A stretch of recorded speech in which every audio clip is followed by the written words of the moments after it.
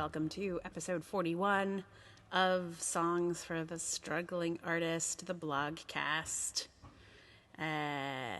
Yeah, we're still here, folks.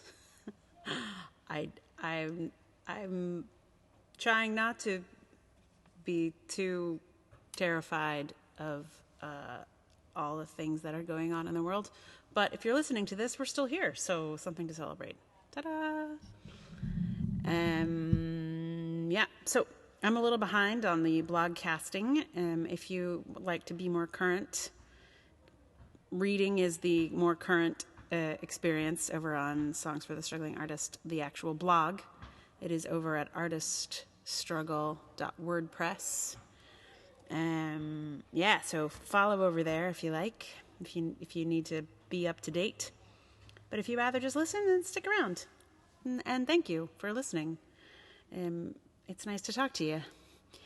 So today's blog is about one of my favorite artists.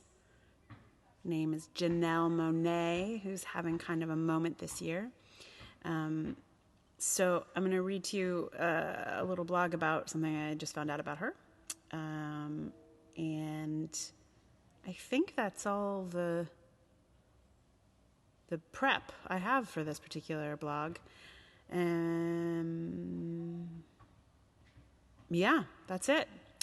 So here it is. It's called Theater's Loss, Janelle Monae. From the first time I heard Tightrope, I was a fan of Janelle Monae. I was head over heels for her music and her aesthetic as well. She was musically exciting and theatrical in her style.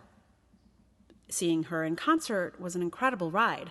She took the audience on a journey, the likes of which I have rarely experienced at a concert. She is a consummate showwoman and a brilliant connector. I've heard her described as a contemporary female James Brown. This year, Monae went from making exciting, surprising music to making exciting movies. I thought she was just trying something different, building on her music career with some film exploration. But in an interview, I discovered what was news to me. Monae trained as an actor. She started in theater. In acting, she is returning to her roots, not doing something new. I'd been thinking about this since I learned it. Then I saw a short bio of her on Pandora.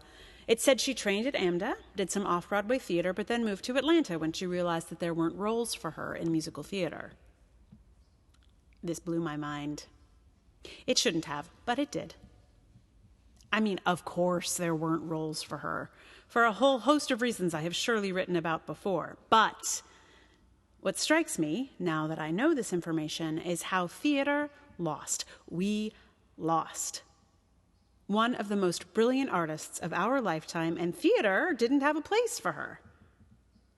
I mean, I can't help but imagine a Cindy Mayweather musical full of androids and tuxedo dancers, a black Lady Ziggy Stardust for the stage. I mourn for what we could have had. How Monae could have invigorated the entire medium given half a chance. But she wasn't given half a chance. Her creativity was too much for the American theater, and there was no place in it for her. This does not speak well of our art.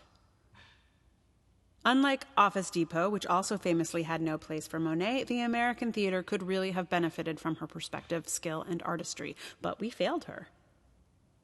Now, I'm not entirely sorry that theater failed her. If theater failing her meant that she turned to music, then I'm grateful.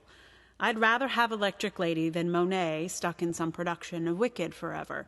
But I think it is entirely theater's loss. We have this brilliant performer, writer, and creator in our midst, and no one saw it. No one made space for her to create. This is a problem. Because I know for a fact that Monae isn't the only artist that this has happened to. The doing things the way we have always done them means true innovation is always happening elsewhere, in music, in film, in technology. We have to find a better way to nurture theatrical minds. We just have to. We lost Janelle Monae. But maybe she'll come back to us. I will definitely go to an Android musical, and I'm going to drag you all there with me. There we are. That is the Janelle Monae post. Fangirl of Janelle Monae, that's me. But also, it is incredibly frustrating how dull theater is in so many ways and how much of a difference her presence could have made in this medium. For those of you who aren't theater folk, I don't know, is this for you too? Tell me. I'm curious. I'm mostly talking to my theater people here, I think. But maybe not. Maybe every medium needs to consider who gets left out. So normally at the end of a blog, I will put a song, because this is, after all, Songs for the Struggling Artist. And while the written blog cannot really support a song, the podcast usually does. But today, there will be no song. Partly because I feel like there's like no song that could do justice to Janelle Monae. So what I'm going to suggest is, if you really need a song after listening to this blogcast, it's just Google Tightrope by Janelle Monae. You'll have a lovely time. That's the song of the hour. If that one doesn't do it for you, then try Queen. Because seriously, there's nothing I can put here that's gonna do it. Also, like, in a way, this is a blog about absence, and so you're gonna miss. Not only are we missing Janelle Monae's voice in the theater, you are going to miss my voice at the end of this podcast. So if you're itching for a song, Google is your friend, or you can listen to another blogcast. Almost every other blogcast has a song at the end of it, so this one is an exception, because sometimes it's about what's missing. Anyway, till next time.